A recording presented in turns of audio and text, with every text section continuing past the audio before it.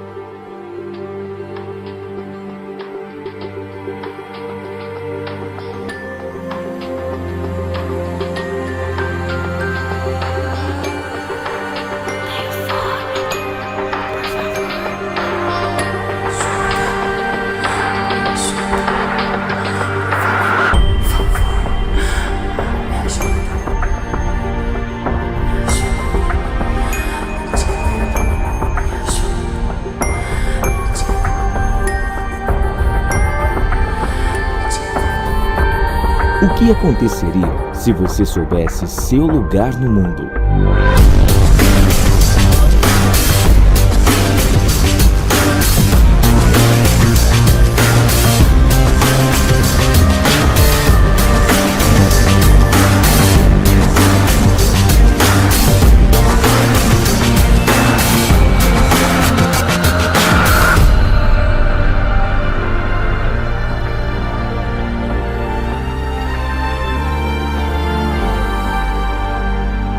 Seu lugar no mundo. Nova série de mensagens.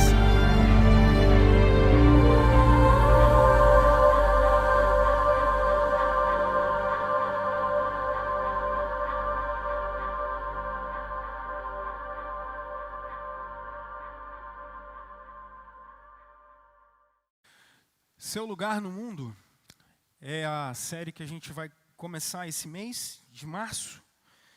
E a pergunta que a gente quer que norteie toda essa série é isso.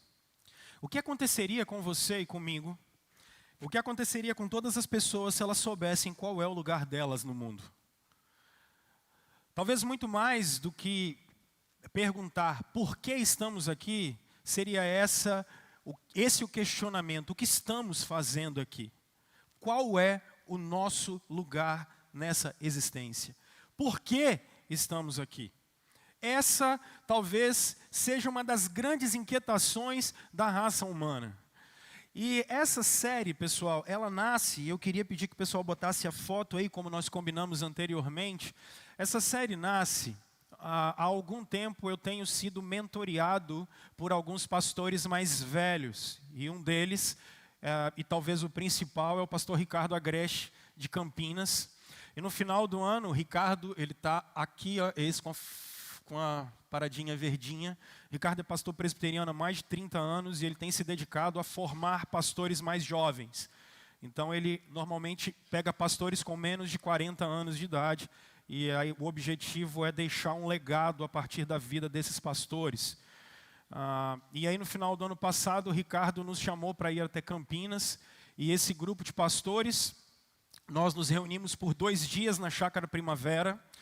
E nós conversamos sobre como expor as Escrituras de maneira fiel e de maneira relevante. De maneira a trazer todo o arcabouço histórico, teológico, reformado, mas de uma maneira a responder às demandas que o homem do século XXI tem. E essa tem sido a nossa grande discussão nos nossos grupos de estudo. Como podemos fazer para o Evangelho ser extremamente relevante para a nossa cultura? E uma das séries que saíram nesse período, nesse tempo de estudo desses 2 dias, foi exatamente essa, O Seu Lugar no Mundo. Por favor, pode voltar para lá. Então, vocês fazem parte hoje de uma rede de mais de 10 igrejas que estão reunidas em torno dessa série, em torno desses estudos. Nós somos igrejas de Minas, de São Paulo, do Rio, do interior de São Paulo. Aqui do Espírito Santo somos só nós. Aqui, a partir desse grupo, a gente está tentando falar a mesma língua, falar a mesma linguagem e tentar expor as Escrituras de maneira fiel e relevante. Então esse é o nosso desafio, que vocês consigam sair daqui armados e parapetados, como diria um profeta Chapolin Colorado.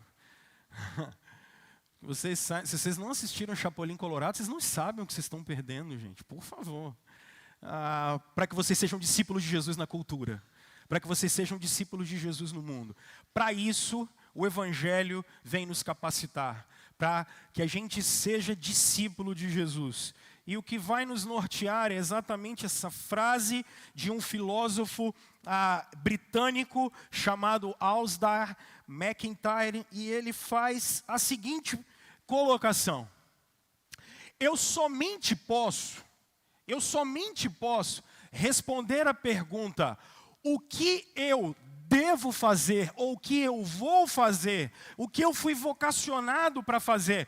Eu só posso responder qual é o meu papel no mundo, qual é o meu papel nessa vida, a partir do momento em que eu respondo uma pergunta anterior.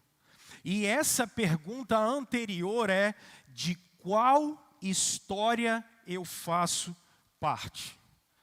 Eu só posso nortear as minhas atitudes diárias a partir do momento em que eu entendo que faço parte de uma grande história. Eu sei que isso é difícil para vocês, homens e mulheres do século 21, entenderem. Porque no século 21 não há uma grande história. No século 21, a vida não faz sentido. No século 21, não há nada que normatize a vida.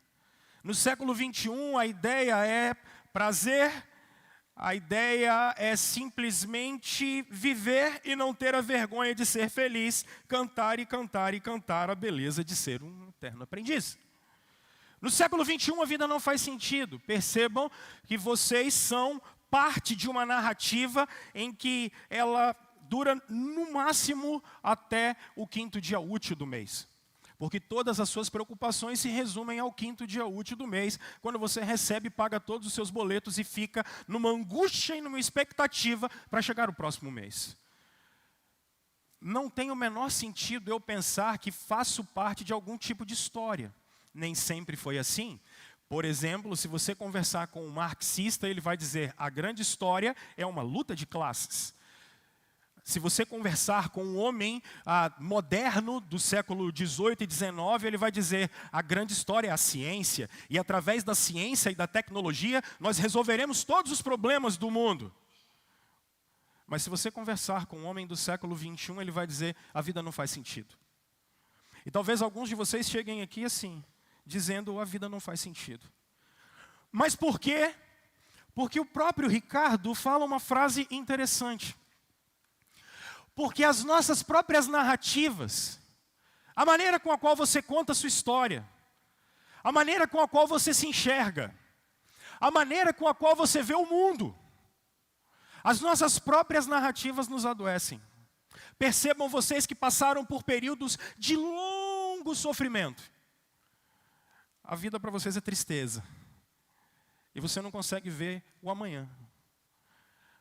Porque a tristeza magoou tanto o seu coração e a desesperança magoou tanto o seu coração que você não consegue ver nenhum tipo de expectativa para o amanhã. Vocês que se decepcionaram com tantas pessoas, vocês não conseguem ver nenhum tipo de expectativa para o amanhã. Não há. Agora, vocês por outro lado que dizem assim: eu vivo numa boa, tá tranquilo. A sua narrativa talvez seja extremamente assim: a vida é uma felicidade, a vida é uma alegria, sabe? Porque as nossas próprias narrativas nos adoecem. E o Ricardo diz algo fantástico. O que o homem do século 21 precisa é entender que o que nos cura, o que é que cura você? O que cura não é o que você acha sobre você. O que cura não é o que você pensa sobre você. Percebam vocês que sofrem de depressão, por exemplo. Vocês são cativos dos seus pensamentos. Não conseguem sair deles. O desejo de ficar na cama é maior do que a vontade de levantar. É uma narrativa que você conta para você mesmo. E se você não suportar a vontade, você não consegue levantar. Percebe isso? A única coisa que pode te levantar qualquer dia com a motivação correta é a história que Deus conta sobre você. Não é o que você acha sobre você. Não é o que você acha sobre o mundo. Não é o que você acha sobre a vida. Não é o que a filosofia contou. Não é o que a história contou. A história é sobre o que Deus diz que ela é. A única história verdadeira é a história de Deus. Porque Ele é o Criador. E Ele é o mantenedor. E é Ele que sustenta a criação. A única coisa que pode te curar é o que Deus diz sobre você. A única coisa que pode curar o homem do nosso tempo. A única coisa que pode nos sarar é a história que Jesus tem para contar sobre nós. E esse tempo de reflexão é sobre isso. Porque a pergunta que você deve se fazer é, então, pastor, como eu encontro o meu lugar no mundo? Hoje eu trago a história da Esther para vocês. Para talvez a partir da Esther, você ter uma ideia de como uma história pode ajudar você. E a primeira coisa para você entender o seu lugar no mundo é compreender a sua história. É compreender quem você é. Olhando o texto de Esther, você pode abrir a sua Bíblia ou ligar a sua Bíblia ou acompanhar aqui. Eu vou falar só um pouco para poder aplicar. O livro de Esther, possivelmente, segundo o capítulo 9, dos versos 20 a 22, foi escrito por um dos personagens, o próprio Mordecai, que é um primo de Esther e que vai ser participante dessa grande história aqui contada. Bom, aonde surge essa personagem? O povo de Deus no Antigo Testamento tinha sido chamado a partir de Abraão, Isaac e Jacó. Eles vão para o Egito, lá ficam por 430 anos. Deus, através de Moisés, os liberta e os coloca na terra prometida.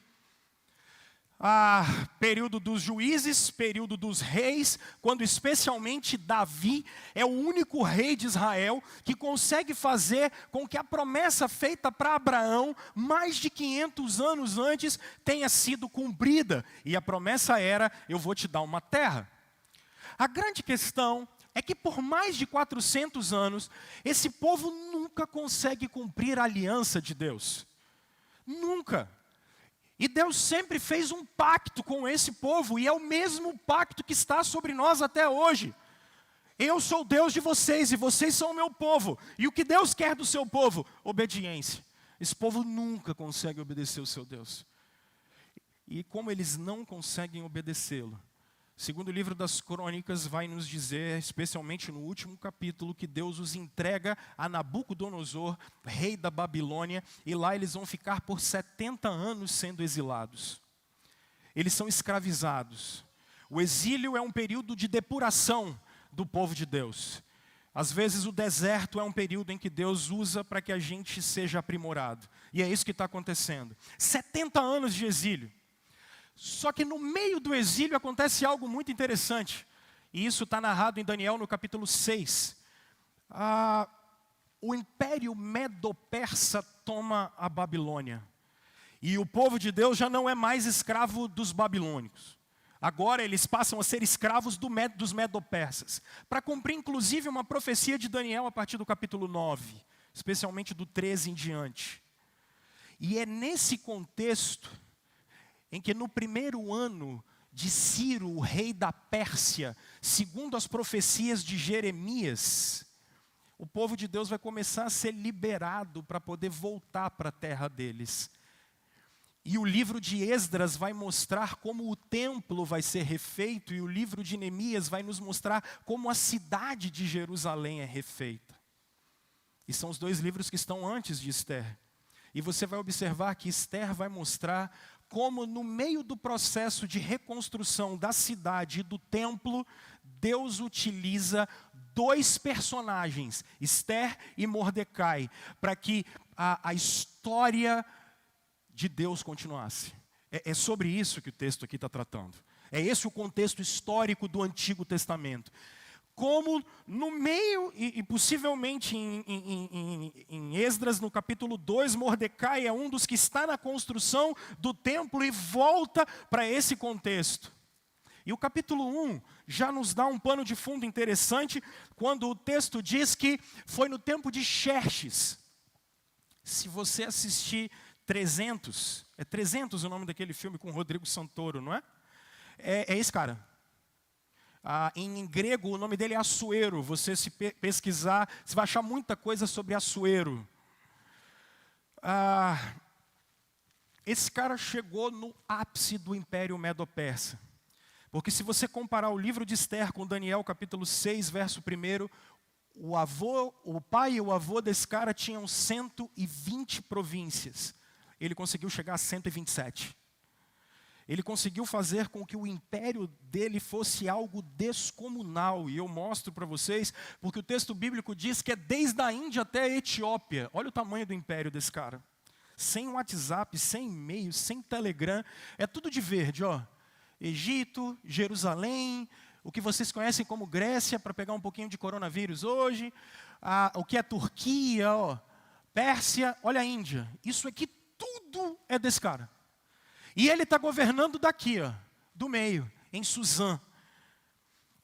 Olha o tamanho desse negócio.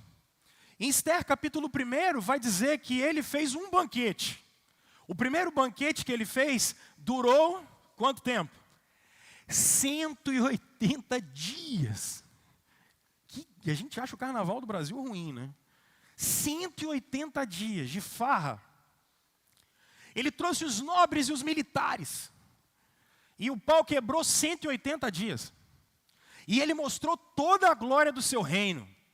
Não satisfeito com isso, para mostrar a sua generosidade, só que não, ele chama todo mundo que mora em Suzã e ele dá um ultra banquete de 7 dias de duração, em que o povo inteiro podia entrar no palácio e comer e beber o que quisesse.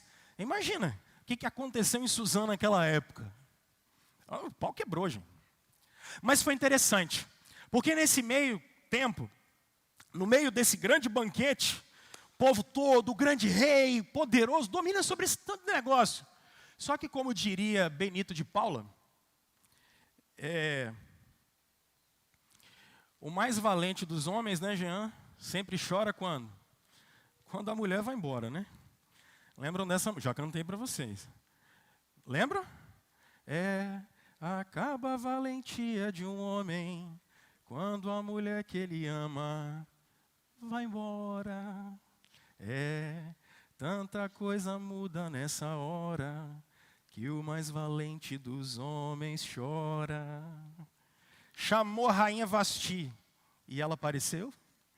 Ele queria mostrar Vasti para todo mundo. Vasti não aparece. E o rei com cara de tacho, depois de beber 187 dias. E não aparece, cadê a mulher? Não vem. O pessoal pegou e falou assim, ó, chega, manda essa mulher embora. Vasti é destituída do cargo. Mordecai, malandro, ficou sabendo, porque algum tempo depois, eles chegaram e falaram bem assim, rei, eu acho que está na hora da gente chamar uma nova rainha. Faça o seguinte, pegue virgens de todo o império, faça um harém. E quando você fizer um harém, você escolhe qualquer uma delas. Top? Beleza, fechado, é isso. Mordecai ouve saber a história, e o que ele faz? Ele pega a sua sobrinha, e aí, ou prima, aí depende da tradução que você tiver, e ele bota a menina no primeiro concurso público da Medo-Pérsia da época. Vaga uma, para quê? Rainha. E ela entra no concurso. E aqui, por favor, deixa eu falar com vocês o seguinte, porque eu acho que o livro bíblico ele é tão legal porque ele não esconde as falhas das pessoas. Às vezes, a gente olha para os personagens bíblicos e fala assim, uau, é o grande Moisés, uau, é o grande Davi, uau, é a grande Esther, é o grande Mordecai. Grandes pecadores, porque ela não tinha que ter entrado nesse concurso nunca. Por quê, pastor? Ela estava indo contra a aliança, ela não podia casar com alguém fora da aliança. Percebe isso? E isso é um detalhe sutil do livro. Porque a gente olha para Esther e fala assim, caramba, que mulher bacana. Não, pelo contrário. Deus pegou o mal que ela fez e transformou em bem. Porque a primeira verdade que o livro de Esther me mostra é que até ela precisa de um redentor. Nunca sacralize personagens bíblicos a não ser Jesus Cristo. O resto é tudo igual a gente. E isso faz a Bíblia ser diferente de qualquer outro livro da história. Porque se você interpretar isso muito bem, você já está vendo. Mordecai está errado e Esther está errada. A atitude deles foi, não pastor, mas Deus olha a intenção do coração. Aonde está escrito na Bíblia? Deus não olha a intenção do coração. Eu pequei sendo sincero, Deus. De sinceridade o inferno está cheio, junto com o diabo. Aí o que acontece, que eu acho que é a coisa mais bacana, Deus transforma o mal em bem. Esther ganha o concurso. E quando ela ganha o concurso, ela vira rainha. Nesse meio tempo, Mordecai, malandro que só, querendo que o rei libere uma palavra que você vai ver no livro de Esdras, dizendo assim: pô, vamos lá, vamos reconstruir os muros, vamos reconstruir o templo, está na hora, está na hora. Ele não sai do templo, da porta do castelo de jeito nenhum. Nisso, ele descobre que está rolando uma trama para matar Xerxes. Ele manda avisar Esther, e os dois que queriam matar Xerxes são assassinados. O rei manda registrar aquilo nas suas crônicas, e não faz mais nada, e não fala mais nada, e por aí fica. Mas o capítulo 3 de Esther começa dizendo que a amalequita, agagita, chamado Amã, ele aparece, e Joséfo, falando da história dos hebreus, diz que Amã tinha tanto poder dentro desse império, que ele era chamado de grande pai dos persas. Amã tinha todo o poder. E ele queria que todo mundo ajoelhasse diante dele. E Mordecai não ia fazer isso. E ele não fez isso. E por que ele não fez isso? O que Amã fez? Vou matar Mordecai. Nada, ele diz assim: eu vou matar todo mundo. Não vai ficar um judeu vivo, eu vou matar todo mundo. E daí é engraçado, porque Mordecai fica sabendo que todo o povo judeu vai ser morto, vai ser assassinado. E agora? O que a gente faz? Ele procura Esther. Esther, lá no palácio, bem, tranquila, sossegada, chega a notícia: vão matar a gente. Aí, ela dá um migué, como eu e você. Se é problema dos outros, é problema dos outros, eu não tenho nada a ver com isso. Aí ela fala assim: olha, então, eu já não entro na presença do rei já tem um tempão. Como é que eu vou pedir para o rei não matar a gente? Porque o Amã tinha feito com que o povo todo fosse assassinado por um decreto do rei. O que a gente faz a partir de agora? Daí ela diz: então, Mordecai, não vai dar para resolver o seu problema não, velho. Aí não é comigo. Entra no Ministério Público, vê se o pessoal pode aí entrar com uma medida de proteção e tal, alguma coisa desse jeito, um habeas corpus para o povo judeu. Não vai rolar, cara.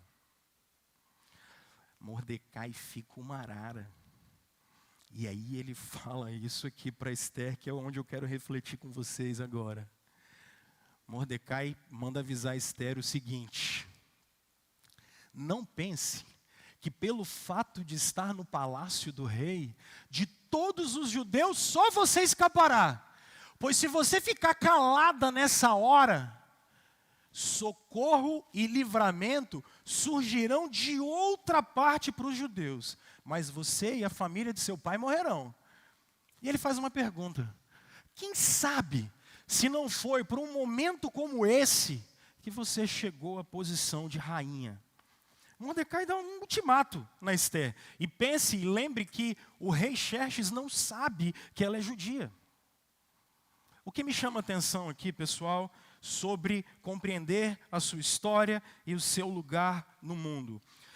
Não te chama a atenção o fato do Mordecai, num momento como esse, num rei poderoso como esse, e a nação de Judá podendo ser exterminada, ele faz uma declaração de fé interessante. Qual é a declaração de fé que esse cara faz? Socorro vai aparecer. Esther, o socorro não depende de você. O socorro vai aparecer. Isso é curioso. Por quê? Porque a história de Judá, ou dos judeus, não é sobre os judeus. Porque a história não é sobre Mordecai. A história não é sobre eu e você. A história é sobre Jesus. O centro da história não sou eu. O centro da história não é você. O centro da história não é o grande império americano ou chinês. O centro da história é Jesus. Mas Rômulo, como assim? Simples. Jesus foi prometido no jardim. Jesus não só foi prometido no jardim. Porque da semente da mulher eu vou trazer um descendente. Inclusive, desculpa o pessoal que curtiu o evento da Mangueira, mas Jesus não pode ter nascido negro nem no Morro da Mangueira. Muito menos mulher ou trans. Mas por que, pastor? Simples, porque a Escritura diz que ele seria homem, da tribo de Judá, descendente de Abraão, e nascido em Belém. Não tem si para profecia. Não existe si. Vai acontecer. Jesus não é negro, Jesus não é brasileiro, Jesus não nasceu na periferia, e também isso nunca poderia acontecer. A profecia é uma só. Jesus é judeu, porque ele é descendente de Abraão. Isso foi a promessa. Jesus vai ter que ser homem, porque é o descendente da mulher. Então, cuidado com essas ilações de falaciosas que acontecem. Ou a gente leva a Escritura a sério, ou vocês vão ser levados por qualquer vento de doutrina. Por favor. Deus já tinha prometido um Salvador. Esse Salvador, ele vai ser chegado pela nação de Judá. E não é só isso. Todas as cerimônias do povo de Israel, tudo, a história inteira, foi programada para a chegada dele. E não só isso. Os profetas, e aqui eu citei só Isaías, falaram: o rebento de Jessé nascerá, o filho de Davi nascerá. Daniel, no capítulo 7, aí no exílio, ele está chegando, falando: o filho do homem virá, o filho do homem virá. Pessoal, a história da humanidade é a história de Deus. A história da humanidade é a história de um grande Deus que foi traído no jardim. A história da humanidade não é sobre a nossa filosofia, não é sobre como nós conseguimos chegar até a lua, não é sobre como nós dominamos e fazemos não chover, ou fazemos chover, ou a gente melhora a semente, ou acaba com a semente, se a gente cura câncer ou não. A história não é sobre ciência e sobre tecnologia. A história não é sobre luta de classes, nem como o ser humano é tão perfeito. A história é sobre como um Deus todo-poderoso criou todas as coisas e todas essas coisas foram tentadas ser roubadas da mão dele. E a história da humanidade, dessa criação, é como esse Deus entrou na história a partir de Jesus Cristo. É nessa história que você está inserido. A história não é sobre você. A história é sobre como é a glória desse Deus. Você só vai se encontrar nesse mundo se você conseguir se inserir nessa história. Senão você vai ficar dando cabeçada para cima e para baixo e não vai encontrar saída para nada. Por que é que os judeus seriam completamente socorridos? Porque o plano de Deus nunca poderia ser frustrado. Você faz parte dessa história. Você faz parte dessa narrativa. A narrativa da sua vida é sobre como você é caído e como Deus, através de Jesus, pode te restaurar. É como o Senhor trará o seu reino na nova criação. Nós estamos esperando o novo céu e a nova terra, gente. Essa é a história da sua vida. E aqui deixa eu dizer uma coisa para vocês, eu provo. Da onde vocês acham que os magos vieram para adorar Jesus Cristo? Eles vieram da onde? Eles vieram do Oriente. Olha onde está Jerusalém. Onde é o Oriente?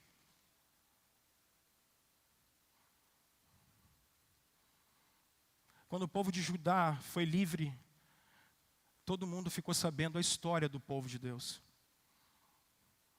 E qual é a pergunta que os magos fazem para o rei Herodes? Da onde é o rei dos judeus? Nós viemos adorá-lo. A história é sobre Jesus. A história é sobre Jesus. A história é sobre Jesus. A história é sobre como Jesus vai voltar. Esse é o centro da história. A história é sobre Jesus. Quando Jesus é elevado aos céus, o texto bíblico diz através de 2 anjos, porque quando eles veem Jesus subindo aos céus, os anjos dizem: homens da Galileia, por que é que vocês estão ouvindo e vendo esse Jesus? Porque esse mesmo Jesus que foi, ele vai voltar. A história da humanidade não é sobre a Primeira, a Segunda Guerra, a Revolução Francesa, industrial. Isso são fenômenos sociológicos que sempre aconteceram na história da humanidade. A história é sobre como Jesus resgata todas as coisas. Agora a pergunta que você deve se fazer: Pastor, como é que eu me enquadro nessa história? E aqui eu caminho para o final. Pastor, como eu me enquadro nessa história?